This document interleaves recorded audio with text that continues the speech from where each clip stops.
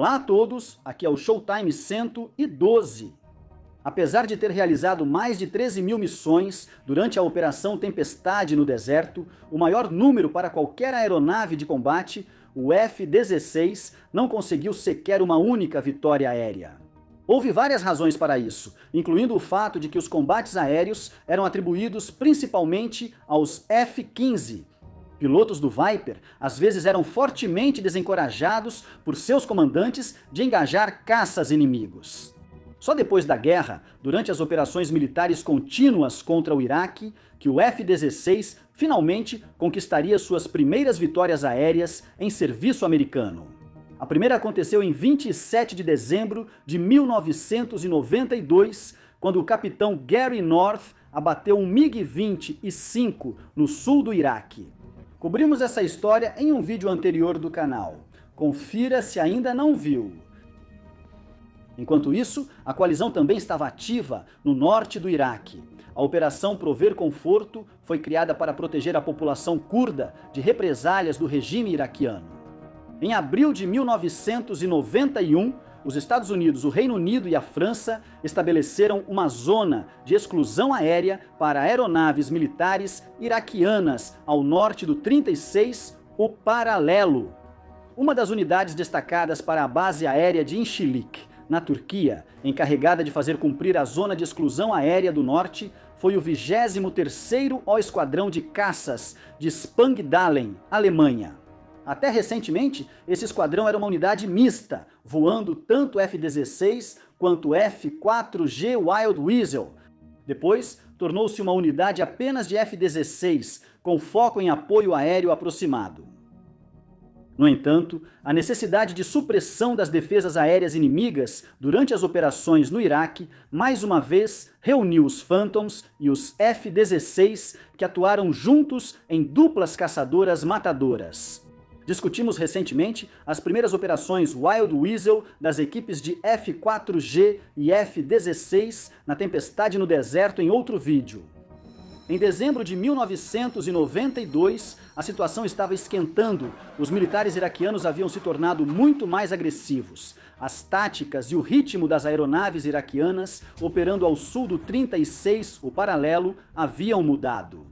Os iraquianos também frequentemente miravam radares ESAM nos aviões da coalizão e disparavam artilharia antiaérea.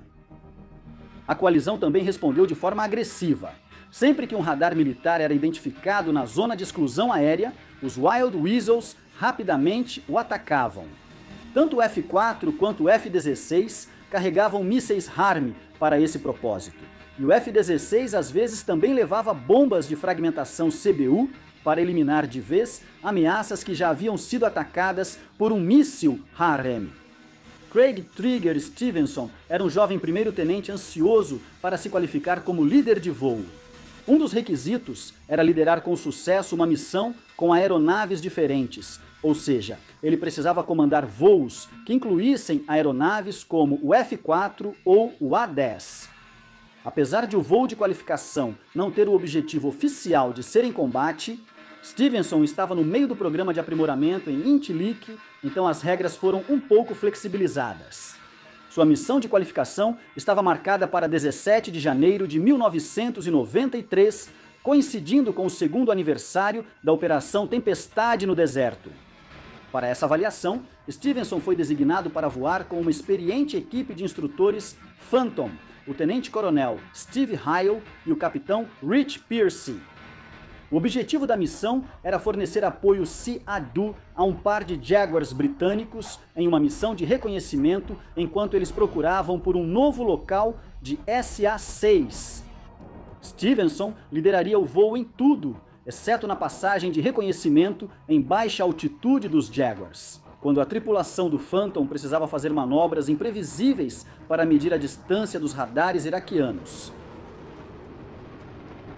Após reabastecerem em voo, o grupo de Stevenson foi à área designada no norte do Iraque e depois voltou aos aviões-tanque para novo reabastecimento.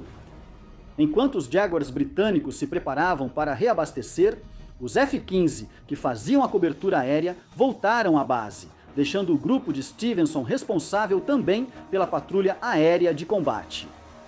Eles estavam bem armados para essa função. O F-4 carregava mísseis Sparrow, enquanto o F-16 estava equipado com 2 mísseis AMRAAM e 2 Sidewinders.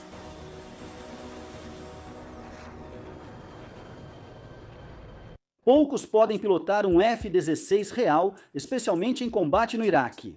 Mas uma simulação de alta fidelidade é o mais próximo disso e está disponível facilmente.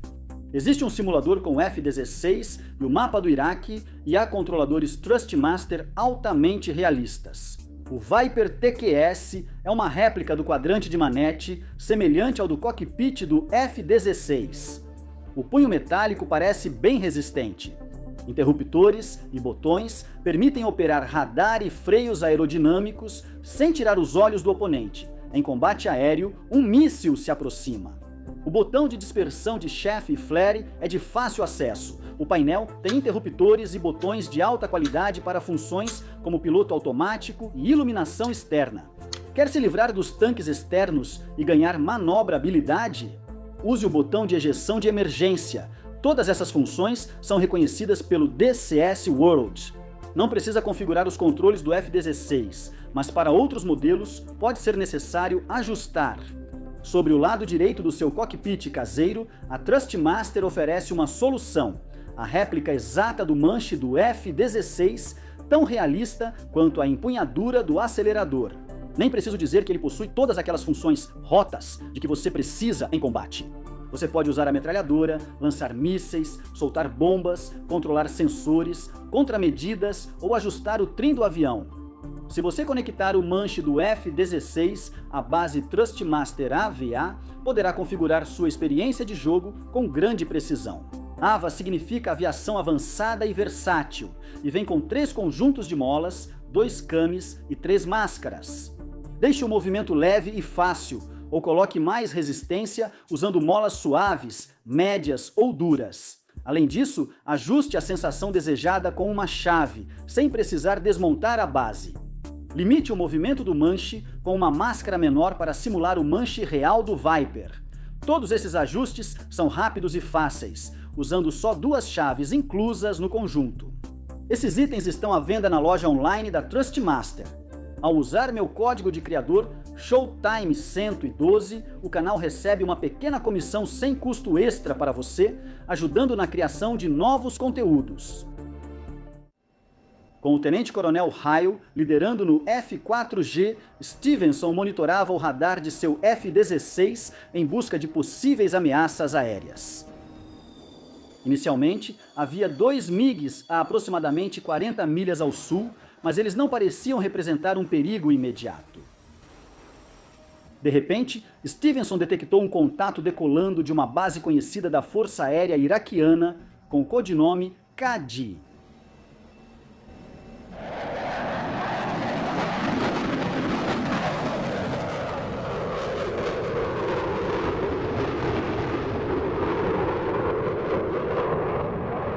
À medida que o contato seguia para o norte, Stevenson se lembrou da instrução e voltou a liderar o voo, agora enfrentando uma ameaça ar-ar. Ele então direcionou o voo para o norte para dar tempo ao AWACS de detectar a aeronave iraquiana. O voo combinado Viper Phantom rapidamente voltou para o sul e Stevenson travou a mira no caça que se aproximava. Com a ascensão contínua da aeronave iraquiana à zona de exclusão aérea, o AWACS rapidamente emitiu a ordem de engajamento.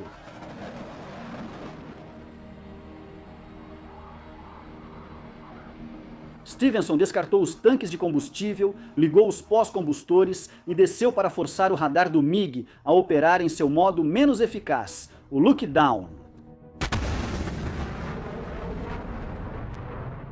O MiG continuou subindo, chegando a 17 mil pés.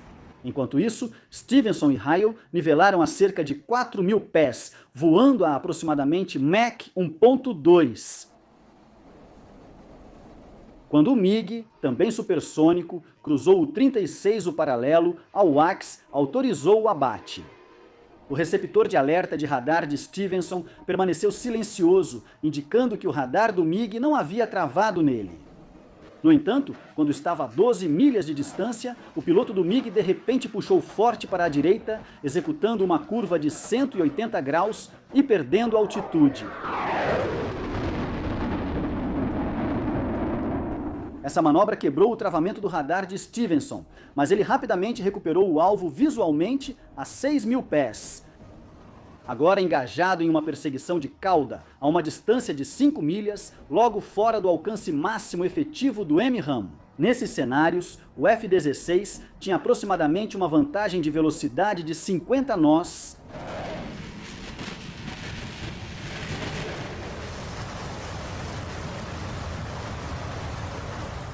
A esperança de Stevenson era que o piloto do MiG manobrasse antes de levar seu voo perto dos SAM iraquianos. O piloto iraquiano cometeu um erro crítico ao virar bruscamente à esquerda, achando que não escaparia, entrando assim no alcance dos mísseis. Stevenson tentou lançar seu míssil imediatamente, mas nada aconteceu. O MRAM na ponta da asa esquerda se recusou a lançar. Rapidamente, mudando para o outro míssil, Stevenson disparou. Desta vez, o MRAM funcionou perfeitamente. Assim que Stevenson viu o míssil entrar em modo ativo, ele virou para o norte para evitar as baterias SAM próximas. Olhando por cima do ombro, ele confirmou que o míssil havia atingido o alvo. Não havia paraquedas.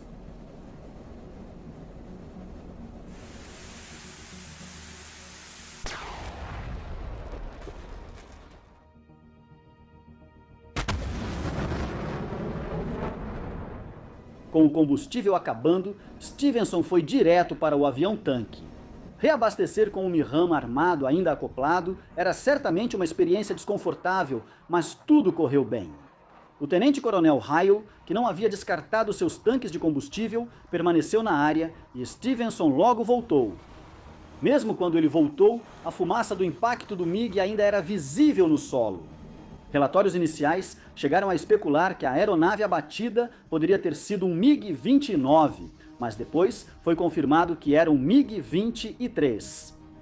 Durante a operação, chamadas na frequência de guarda vindas do AWACS alertaram o voo para retornar porque estavam invadindo o espaço aéreo sírio.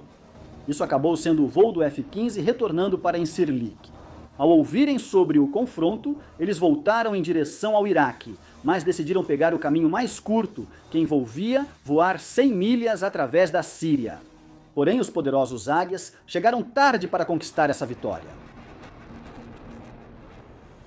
Esse confronto marcou a segunda vitória aérea do F-16 em serviço americano e a 65ª no mundo todo. Nem preciso dizer que Craig Stevenson recebeu a nota mais alta possível em seu voo de avaliação.